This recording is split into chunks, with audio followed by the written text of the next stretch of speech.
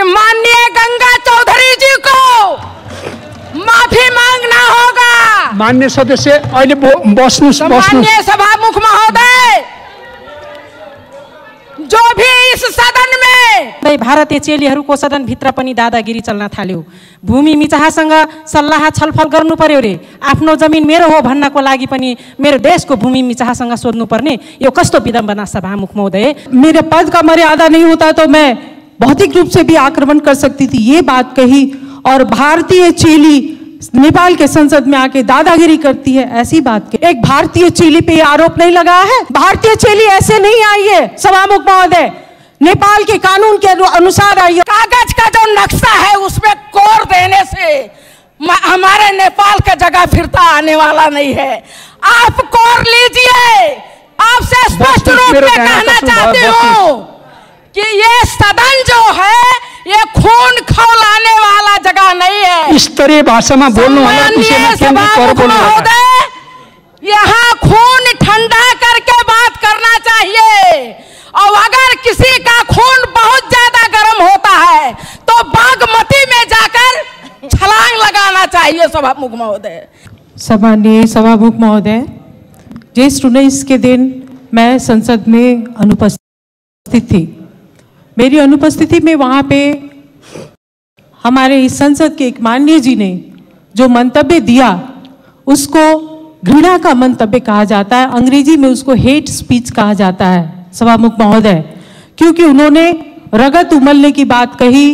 उन्होंने अपने मेरे पद का मर्यादा नहीं होता तो मैं भौतिक रूप से भी आक्रमण कर सकती थी, ये बात कही।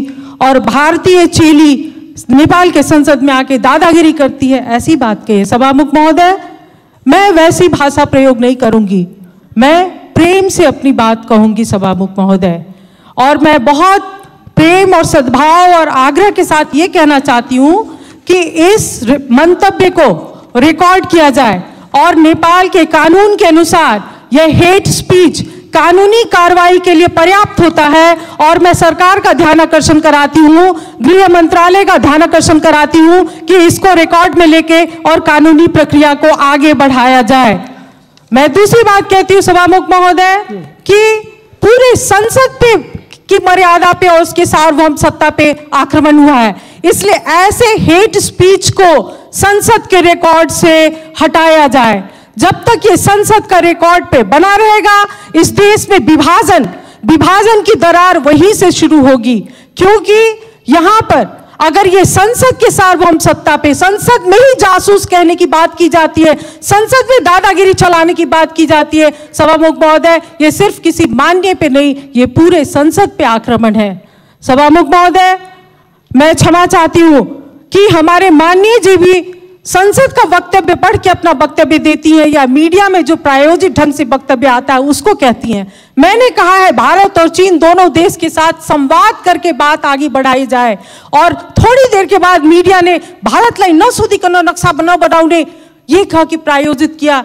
उन्होंने भी उसी मंतव्य को पढ़ा है, सुना है और उसके बाद अपनी धारणा व्यक्त करती हैं। कम से कम हम लोग सभासद लोग जब बोलते हैं तो वस्तुगत तथ्य और प्रमाण के आधार पे बोलें।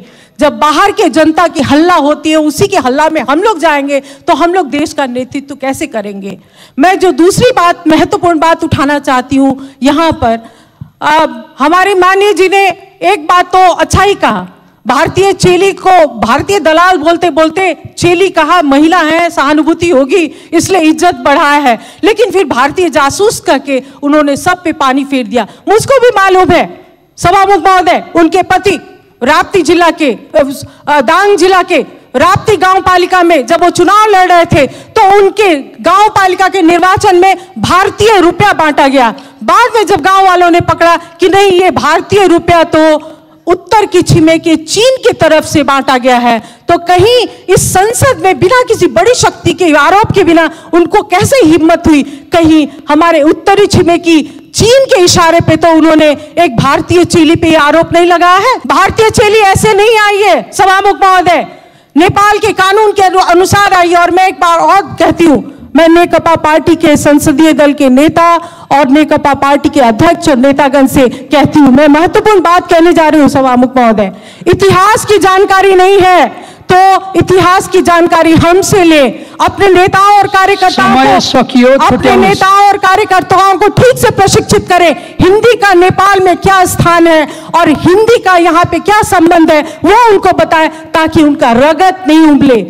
रगत, बुद्ध के संतान का रगत नहीं उबलना चाहिए सभामुख महोदय, और रगत तो बहुत का उबलता है। जब मधेसी को भारतीय और भारतीय को मधेसी बनाया जाता है तो बहुत लोगों का खून उबलता है, लेकिन हम लोग ऐसे ही चांदी के चम्मच में हम लोगों को किसी ने सभासद का सदस्य नहीं दिया है। जनता के बीच में संघर्ष करते करते करते हम लोग आए। और अंत में एक बात और मैं कहूंगी, नागरिकता के विषय में उन्होंने कहा है कि हम लोग क्यों राष्ट्रपति होंगे, हम लोग समय मैं एकदम खत्म कर रही हूँ, महत्वपूर्ण बात है। तो मैं भी ये चुनौती देती हूँ, मैं चुनौती देती हूँ कि 2072 साल का संविधान बनाने वक्त में जब मधेसी सड़क पे थे तो उन्होंने आर्टिकल 279 लाके हमारे हाथ और पैर में जंजीर बांधी है। जंजीर जब तक रहेगी तो हमारा संघर्ष रहेगा, और हिम्मत है तो वो जंजीर को हटाइए और तब हम साथ मिलकर नेपाल बनाएंगे, नहीं तो ये बात तो चलती रहेगी। सभामुख महोदय, मैं फिर से कहती हूँ कि इसको सभामुख महोदय रिकॉर्ड से हटाया जाए। मैं ये मांग करती हूँ, जब तक इसके बारे में ये घृणा का स्पीच इसको रिकॉर्ड से नहीं हटाया जाएगा, मैं क्षमा चाहती हूँ। हम लोग संसद को ठीक से सुचारू रूप से आगे बढ़ने में देने में असमर्थ हैं सभामुख महोदय।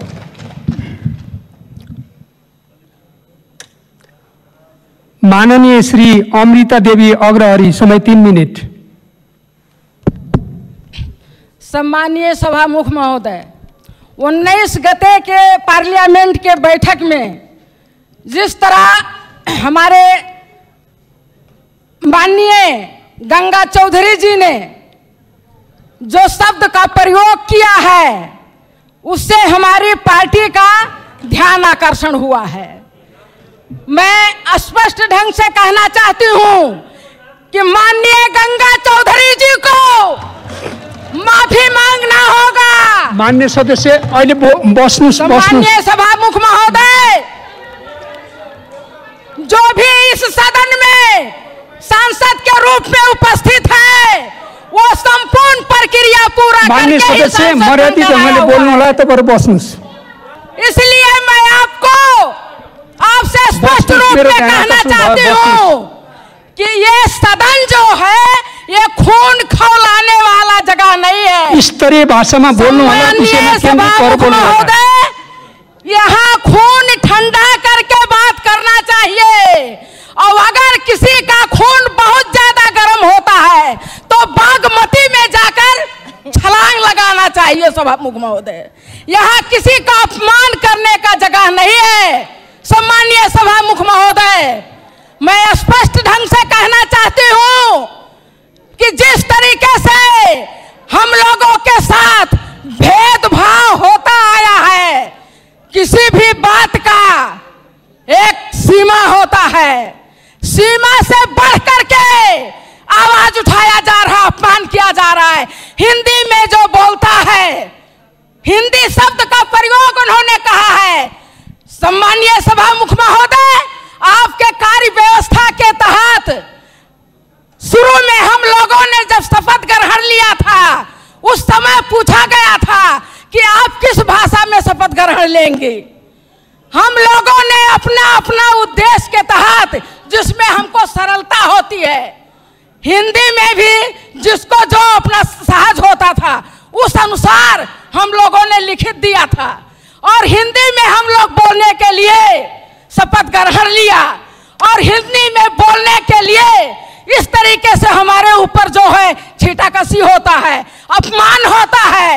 हम ये कहना चाहते हैं सभामुख महोदय कि हिंदी बोलने से कोई हिंदुस्तानी नहीं होता, अंग्रेजी बोलने से कोई ब्रिटिश का नागरिक नहीं होता। जिस भाषा को जिसको सरलता होती है उसी भाषा का प्रयोग किया जाता है सभामुख महोदय।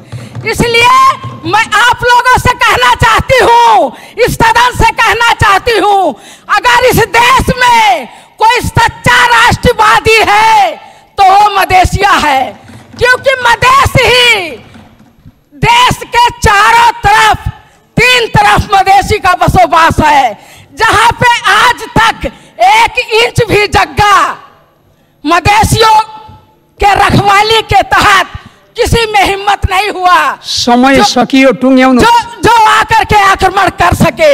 लेकिन आज जो सीमा को लेकर बात उठ रही है सभा मुख महोदय, बहुत महत्वपूर्ण बात है। कागज के टुकड़ा में, कागज का जो नक्शा है उसमें कोर देने से हमारे नेपाल का जगह फिरता आने वाला नहीं है। आप कोर लीजिए नैनीताल, आप कोर लीजिए हरिद्वार, आप कोर लीजिए खटमाय और पिथौरागढ़, जहां भी कोर लीजिए, उससे हमें नहीं मिलने वाला है। और भारत के लोग भी अपने नक्शा में काठमांडू और पोखरा अपने नक्शा में कोर लें, उससे भारत को भी नहीं मिलने वाला है। यदि जाने अनजाने में पहाड़ी शासकों ने जगह को बेचा है तो उसको वार्ता के टेबल के माध्यम से हमें वापस लाना चाहिए। सभा मुख महोदय, जगह बेच करके और नौटंकी करने से जगह वापस नहीं आता है। इसके लिए कूटनीतिक वार्ता के टेबल पे बैठिए और जगह को वापस लाइए।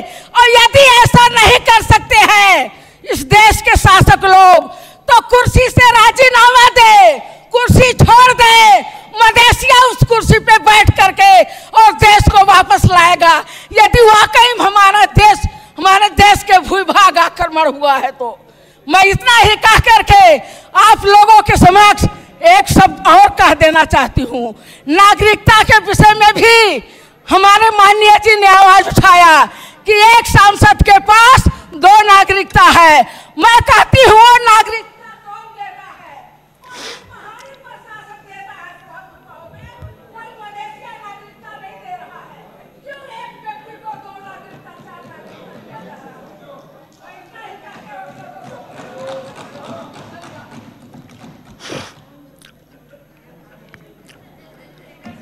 है? श्री गंगा चौधरी सतगौवा।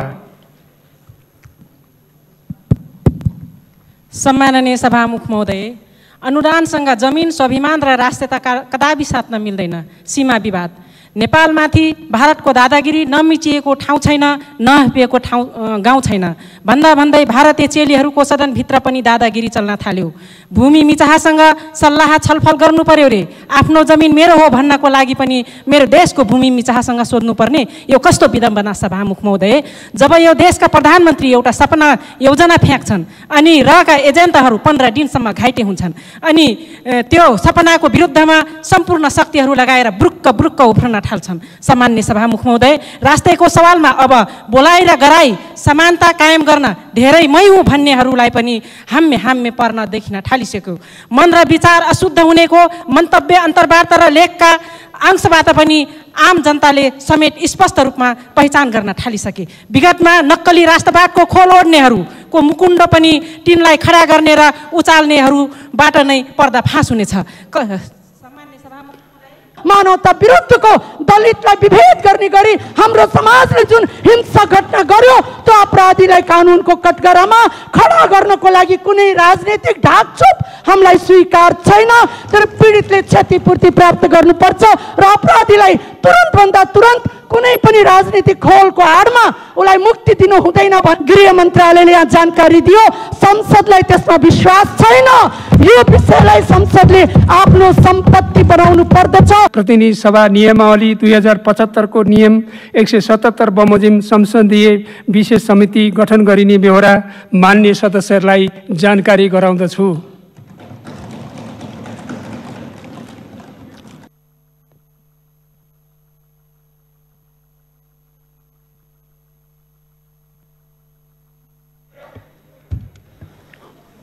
मान्य सदस्यहरू, प्रतिनिधि सभाको आजको बैठकको कारबाही प्रारम्भ हुन्छ।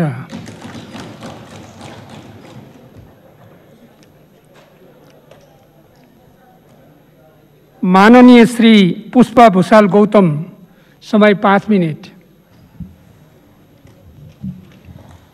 सम्मानीय सभामुख महोदय, यही 2077 साल जेठ 10 गते रुकुमको चौरजहारी सोतीमा भएको सांघातिक हमलाबाट भएको जुन विभत्स हत्याका घटनाको सबभन्दा पहिला नेपाली कांग्रेस प्रमुख प्रतिपक्षी दल यो घटनाप्रति घोर आपत्ति, घोर भर्त्सना र घोर निन्दा गर्न चाहन्छ। सभामुख महोदय, उक्त घटनामा आफ्नो ज्यान गुमाउने हत्या भएका नवराज विक, गणेश बुढा, सन्दीप विक, लोकेन्द्र सुनार, टीकाराम सुनार, गोविन्द शाही को हत्या भएकोमा सबभन्दा पहिला प्रमुख प्रतिपक्षी दल नेपाली कांग्रेस हार्दिक श्रद्धाञ्जली व्यक्त गर्न चाहन्छ र अन्य घाइतेहरूको शीघ्र उपचारको लागि पनि कामना गर्न चाहन्छ। सभामुख महोदय, यही सदनमा, यही प्रतिनिधि सभामा सभामुख महोदय, प्रमुख प्रतिपक्षी दल नेपाली कांग्रेसले पटक पटक सदन चल्दाखेरि यो विषयलाई जति गम्भीरतापूर्वक यो सदनमा उठाएको थियो, जति गम्भीरतापूर्वक यो घटनामा एउटा सर्वदलीय समिति, संसदीय समितिको गठन हुनु पर्दछ भनेर यही सदनमा प्रमुख प्रतिपक्षी दल नेपाली कांग्रेसले गम्भीरतापूर्वक माग राखेको थियो। सभामुख महोदय, तर यही सदनमा बोल्दै गर्दाखेरि त्यो संसदीय समितिको गठन नभएको कारणले आज पुनः फेरि प्रमुख प्रतिपक्षी दललाई यो विषयमा बोल्नको लागि, यहाँ उठ्नको लागि यही सदनबाट, यही राज्यले हामीलाई यहाँ बाध्य गराएको छ। सभामुख महोदय, आज हामीले बोल्नुपर्ने बाध्यताको सृजना भयो।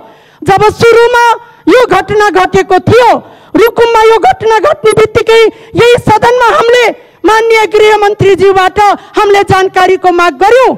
यहाँ माननीय गृहमन्त्रीज्यूले जानकारी दिँदै गर्दाखेरि उहाँका अभिव्यक्तिहरू अत्यन्त शङ्कास्पद भए। सभामुख महोदय, माननीय गृहमन्त्रीले भन्नुभयो यो घटनामा नवराज विक लगायतका अरू व्यक्तिहरू दौडिँदै भेरी नदीमा हाम फालेर यहाँ मृत्यु भएको छ भनेर गलत बयान संसदमा दिनुभयो। सभामुख महोदय, घटनाको अनुसन्धान अगाडि बढ्दै जाँदाखेरि यो घटना कुनै मृत्यु भएको होइन। सभामुख महोदय, यो घटनामा सामूहिक ढङ्गबाट नरसंहार भएको छ। सभामुख महोदय, 6 जना युवाहरूको त्यहाँ हत्या गरिएको भन्ने कुरा पोस्टमार्टमबाट पुष्टि भइसकेको छ। नदीमा डुबान गरेर मर्ने व्यक्तिको पोस्टमार्टम र हत्या गरेका व्यक्तिहरूको पोस्टमार्टमको रिपोर्ट बाहिर आउँदै गर्दाखेरि 6 जना युवाहरूको हत्या भएको कुरा पोस्टमार्टमको मेडिकल जाँचले पुष्टि गराएर माननीय गृहमन्त्रीको बयानलाई निस्तर बनाएको छ। सभामुख महोदय, तर यो घटना अत्यन्त गम्भीर घटनाको रूपमा हामीले लिएका छौं। सभामुख महोदय, तर यो घटनाको बारेमा जुन ढङ्गबाट 10 गते यो घटना भयो, जुन ढङ्गबाट त्यहाँको वडा अध्यक्ष लगायतको अगुवाईमा यो नरसंहार जुन किसिमको घटना भयो, त्यहाँको पुलिस प्रशासनलाई टुल हेर्नको लागि बाध्य बनाएर सहयोगीको रूपमा जुन किसिमबाट प्रयोग गरियो, जुन किसिमबाट गाउँले 200-300 जनाले गएर त्यहाँ जुन किसिमबाट हतियारहरू लिएर जुन किसिमबाट हत्या गर्ने योजनाबाट जुन घटनाहरू भयो, तर त्यस पश्चात राज्यका अभिव्यक्तिहरू, माननीय गृहमन्त्रीका अभिव्यक्तिहरू, राज्यको अनुसन्धान गर्ने महाधिवक्ताका अभिव्यक्तिहरू लगायतको राज्यबाट जुन किसिमबाट यो घटनालाई राजनीतिकरण गर्नको लागि, यो घटनालाई फिल्तलो बनाउनको लागि, यो घटनाको अनुसन्धानलाई राज्यको प्रभाव पार्नको लागि र यो घटनालाई हल्का बनाउने किसिमबाट जुन अभिव्यक्ति आयो, त्यसबाट प्रमुख प्रतिपक्षी दल आशंकित भयो। सभामुख महोदय, सशंकित भयो। सभामुख महोदय, त्यही यो घटनालाई फेरि निर्मला पन्तको घटना जस्तै फेरि राजनीतिकरण गर्ने, अपराधीलाई उम्काउने, न्याय पाउन नसक्ने पीडित वर्गले क्षतिपूर्ति नपाउने र फेरि माथिलाई चैन सानालाई ऐन भन्ने कुरा जुन अहिलेको यो सरकारले जुन किसिमबाट आफ्नो अभिव्यक्तिहरू दिइराखेको छ, त्यसबाट प्रमुख प्रतिपक्षी दल अझै सशंकित भएको हुनाले आज पुनः फेरि प्रमुख प्रतिपक्षी दलले यो विषयलाई यो सदनमा अत्यन्त गम्भीरताको साथ उठाएर संसदीय समितिको माग गर्न जरुरी भएको महसुस गरेर आज यो आवाज हामीले यहाँ उठाइराखेका छौं। सभामुख महोदय, यति मात्रै होइन। सभामुख महोदय, यो घटनामा अपराध मात्रै भएको होइन। सभामुख महोदय, यो घटना मानवता विरुद्धको गम्भीर अपराध भएको छ सभामुख महोदय।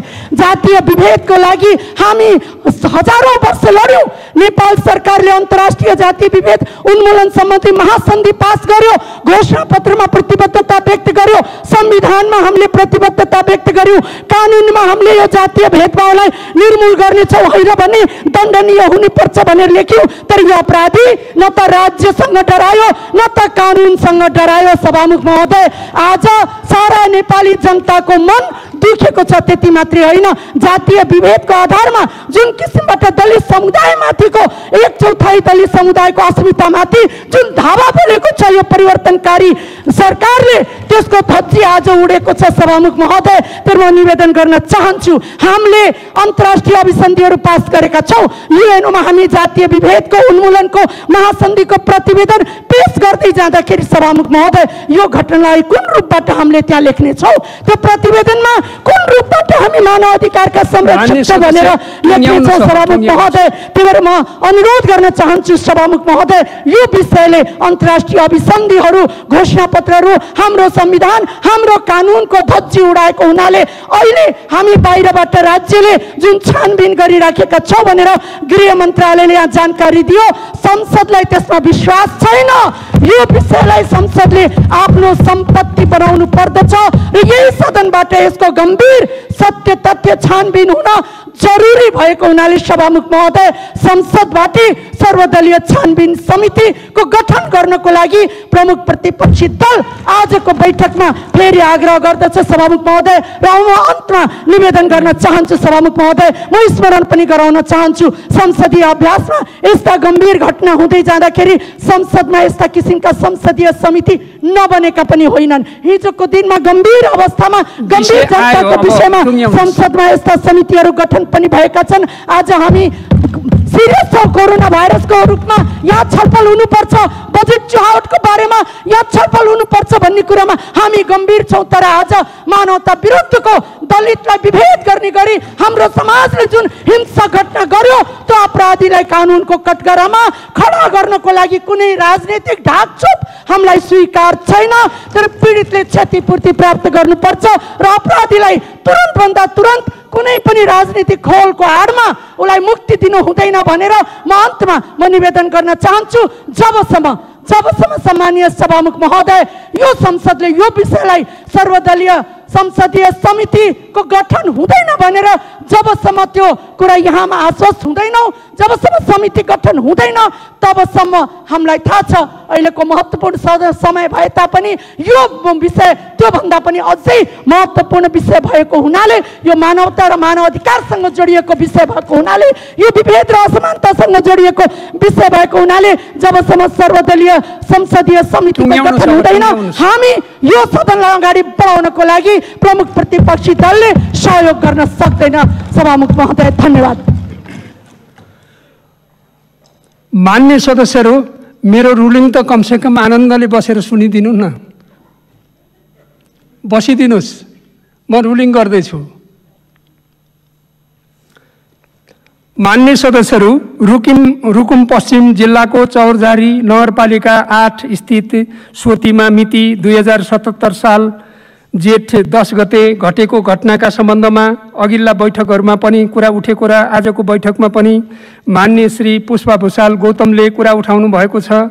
यसैले यी विषयहरूलाई सम्बोधन गर्न उक्त घटनाको आवश्यक अध्ययन तथा अनुगमन गरी सभामा प्रतिवेदन पेश गर्न प्रतिनिधि सभामा प्रतिनिधित्व गर्ने दलहरूसँग आवश्यक छलफल पश्चात प्रतिनिधि सभा नियमावली 2075 को नियम 177 बमोजिम संसदीय विशेष समिति गठन गरिने बेहोरा मान्य सदस्यहरूलाई जानकारी गराउँदछु।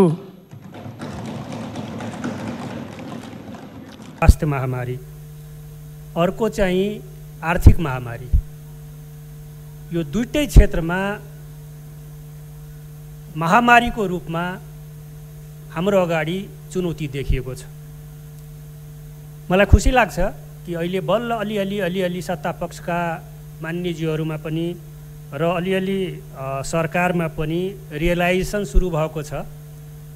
जुन एउटा दम्भपूर्ण तरिकाले, एकलकाटे तरिकाले सरकार हिँड्न खोज्यो, यो दुईटै मोर्चाको समस्याहरूलाई समाधान गर्न खोज्यो, अलिअलि सकिँदैन कि भन्ने झिनो डिग्रीमा भए पनि झिनो मात्रामा भए पनि अलिअलि रियलाइजेसन हुन खोजेको त बुझिन्छ।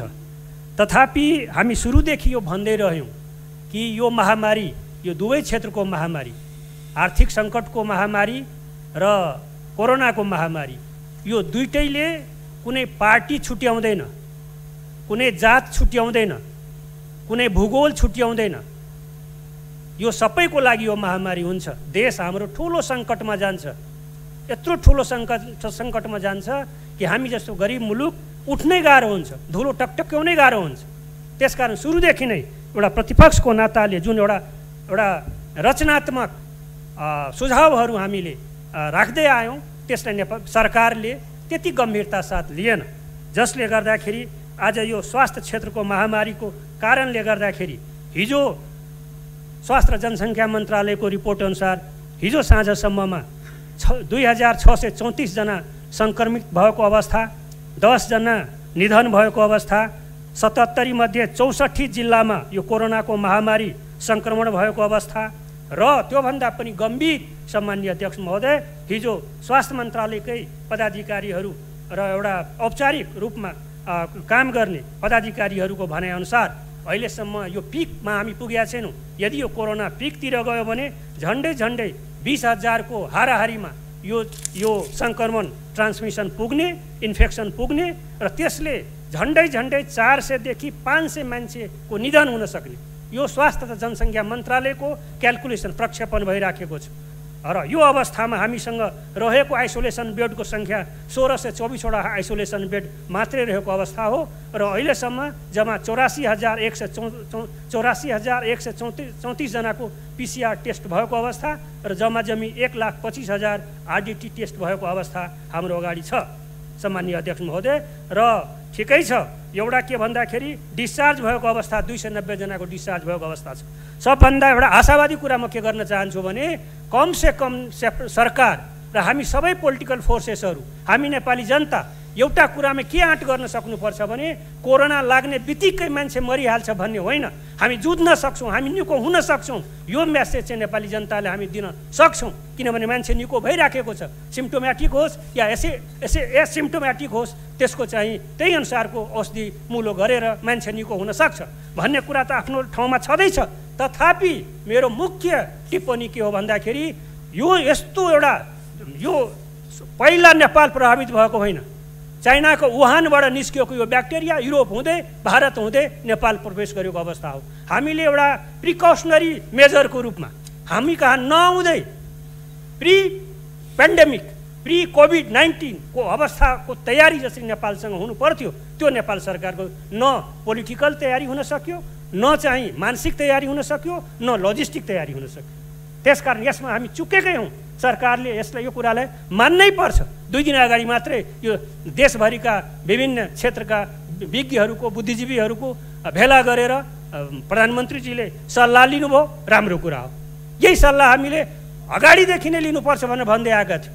सत्तापक्ष एकजना अध्यक्ष कमरेड प्रचण्डले यो समस्याले हामी सबै मिलेर एउटा प्रतिकार गरौँ, समाधान गरौँ भन्ने किसिमबाट अवधारणा ल्याउँदाखेरि हाम्रो प्रमुख प्रतिपक्ष नेपाली काङ्ग्रेसले हामी पोजिटिभ छौँ भनेर हामी भन्यौँ र त्यो प्रस्तावलाई समर्थन गऱ्यौँ। त्यही कुरा आज सत्तापक्षको माननीयजीले उठाइराख्नु भएको छ। तर त्यो पनि सरकारले त्यो कुरालाई स्वीकार गर्न सकेन र सरकारमा एक किसिमको मैले भन्दाखेरि अलिकति नरमाइलो लाग्न सक्छ, अलिकति दर्द हुन सक्छ, तर यो वास्तविकता हो कि सरकार अलिकति दम्भपूर्ण तरिकाबाट अगाडि गयो, एकल काँटे तरिकाबाट अगाडि गयो। जसरी चाहिँ युरोपका देशहरूमा सरकारले आम पोलिटिकल फोर्सेस लिएर नेपाली त्यहाँ त्यो देशका जनताहरूलाई समेटेर सरकारकै नेतृत्वमा, सरकार तिमीले अरूलाई नेतृत्व देऊ भनेर कसैले भनेको थिएन। प्रचण्डजीले त्यो प्रस्ताव राख्दाखेरि प्रचण्डजी आफैले मलाई नेतृत्व दिनुहोस् भनेर सायद भनेको अवस्था होइन। हामी त एउटा सपोर्टिभ भूमिकामा, प्रमुख प्रतिपक्ष एउटा सुरुदेखि नै एउटा रचनात्मक भूमिकामा रहेको हुनाले रचनात्मक सुझाव दिने, सपोर्ट गर्ने राम्रा कुराहरूमा अहिले पनि मेजर इस्युजहरूमा नेपाली काङ्ग्रेस एक ठाउँमा छ। त्यसका नेपाली काङ्ग्रेस कहिले पनि एउटा सेक्टेरियन एप्रोचबाट, सङ्कीर्ण एप्रोचबाट हामी कहिले पनि आफ्ना कुराहरूलाई अगाडि सारेनौँ। तर तीक्ष्ण एउटा प्रतिपक्षको नाताले तीक्ष्ण प्रहारहरू, कमी कमजोरी भएका ठाउँहरूमा अलिकति कडासँग प्रहार गर्ने काम हामीले गऱ्यौँ। मैले आफै कुरा उठाएको हूँ। अस्ति भोकमरीको कुरा उठाउँदाखेरि मल्लर सदाको मैले कुरा उठाएँ आर्थिक महामारीको सन्दर्भमा। मलाई सत्तापक्ष एकजना मान्यजीले मान्यजी तपाईँले मल्लर सदा भोकै मर्यो भने कसरी थाहा पाउनुभयो भनेर भन्नुभयो। मलाई बडा खुसी लाग्यो। म त्यो मान्यज्यूलाई भन्छु कि हिजो कान्तिपुरमा जुन बिनु सुवेदी र अवधेश कुमार झाको स्टोरी निस्किया छ त्यो पढिदिनुहोस्। र त्यही मान्यज्यूलाई म यो सम्मानीय अध्यक्ष महोदय मार्फत म भन्न चाहन्छु, आज कान्तिपुरमा त्यही मान्यज्यूको जन्मथलोमा एउटा मुसहर महिला काखमा बच्चा बोकेर 4-5 दिनदेखि एउटा नपाकेको आँप र नुन मात्रै खाएर 4-5 वर्षदेखि 4-5 दिनदेखि कसरी बाँचिराखेको छ।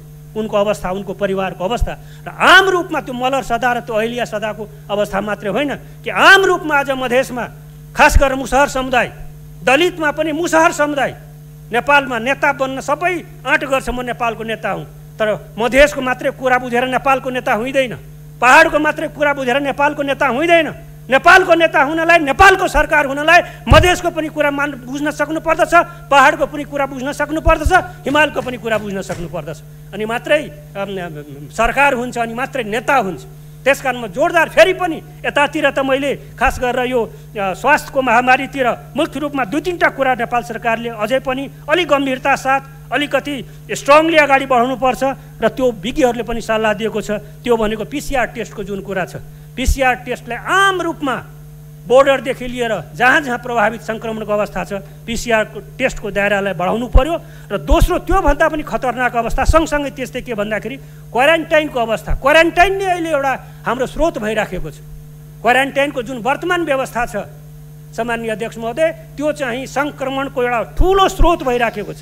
त्यसकारणले यो क्वारेन्टाइनको व्यवस्थालाई कमसेकम एउटा WHO को मिनिमम जुन स्ट्यान्डर्ड छ त्यो अनुसार चाहिँ क्वारेन्टाइनलाई व्यवस्थापन गर्नको निमित्त र मुख्य रूपमा आजैदेखि UAE-बाट, बर्माबाट र भारतबाट आएकै छ। त्यो किसिमले खास गरेर इन्टरनेसनल बोर्डर, हाम्रो एयरपोर्टको बोर्डर र इमिग्रेसनको बोर्डर र उता इन्डियाको दक्षिणपट्टिको हाम्रो बोर्डर, यो बोर्डर ठाउँमा क्वारेन्टाइन र PCR टेस्टको अवस्थालाई आम रूपमा अलिकति भरपर्दो, अलिकति विश्वासिलो र यो समस्यासँग जुझ्न सक्ने किसिमको तयारी नेपाल सरकारले गरोस् भन्ने म माग गर्न चाहन्छु। र खास गरेर अहिले ध्यान दिनुपर्ने कुरा यही हो। तर जुन मैले आर्थिक महामारीको कुरा उठाएँ, सङ्कटको कुरा उठाएँ, म फेरि पनि नेपाल सरकारले भन्न चाहन्छु कि यो संवेदनशील कुरालाई, यो भोकमरीको कुरालाई मरिराखेको छ, साँच्चीकै मरिराखेको छ। मलाई त यो भन्न दुःख लागिरहेछ सम्माननीय अध्यक्ष महोदय कि हिजो त्यही बिनु सुवेदी र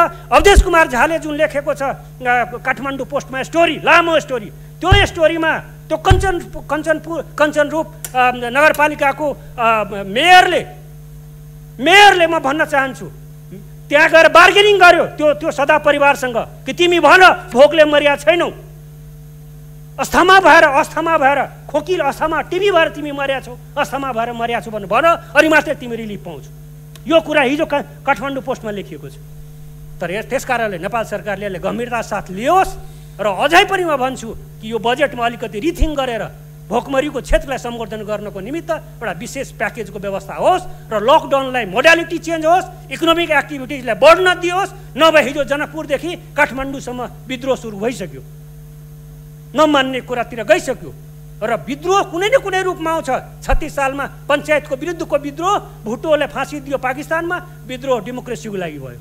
नेपाल सरकार यसमा चाहिँ अलिकति गम्भीरता साथ यो विषयलाई ल्याओस्। मैले ध्यानाकर्षण मात्रै गराएको छु, योभन्दा कडा रूपमा फेरि हामीलाई प्रस्तुत हुन नपरोस्। सम्माननीय अध्यक्ष महोदय, नेपाल सरकारले सुनोस्, यो आग्रह गर्दै म आफ्नो कुरा यही टुङ्गन चाहन्छु। धन्यवाद। माननीय भगवती नेउपाने, समय 5 मिनट। यसपछि माननीय हरिराम चौधरी। सम्माननीय अध्यक्ष महोदय, मैले अझ 2-3टा टपिकमा छोटकरीमा आफ्नो केही सुझाव, केही भनाइहरू राख्न चाहन्छु। खास गरी कोरोनाकै सन्दर्भमा लकडाउनको विषयमा पूर्व माननीय ज्यूहरूले भने जस्तै अब लकडाउनको स्ट्राटेजी चेन्ज गर्नुपर्छ भन्ने एउटा सुझाव म राख्न चाहन्छु। आज मानव जीवनको रक्षाको निम्ति भनेर जुन बन्दाबन्दीको कार्यक्रम सरकारबाट अगाडि बढ्यो। वास्तवमा अहिले आजका दिनसम्म आइपुग्दा अब जनजीवन कष्ट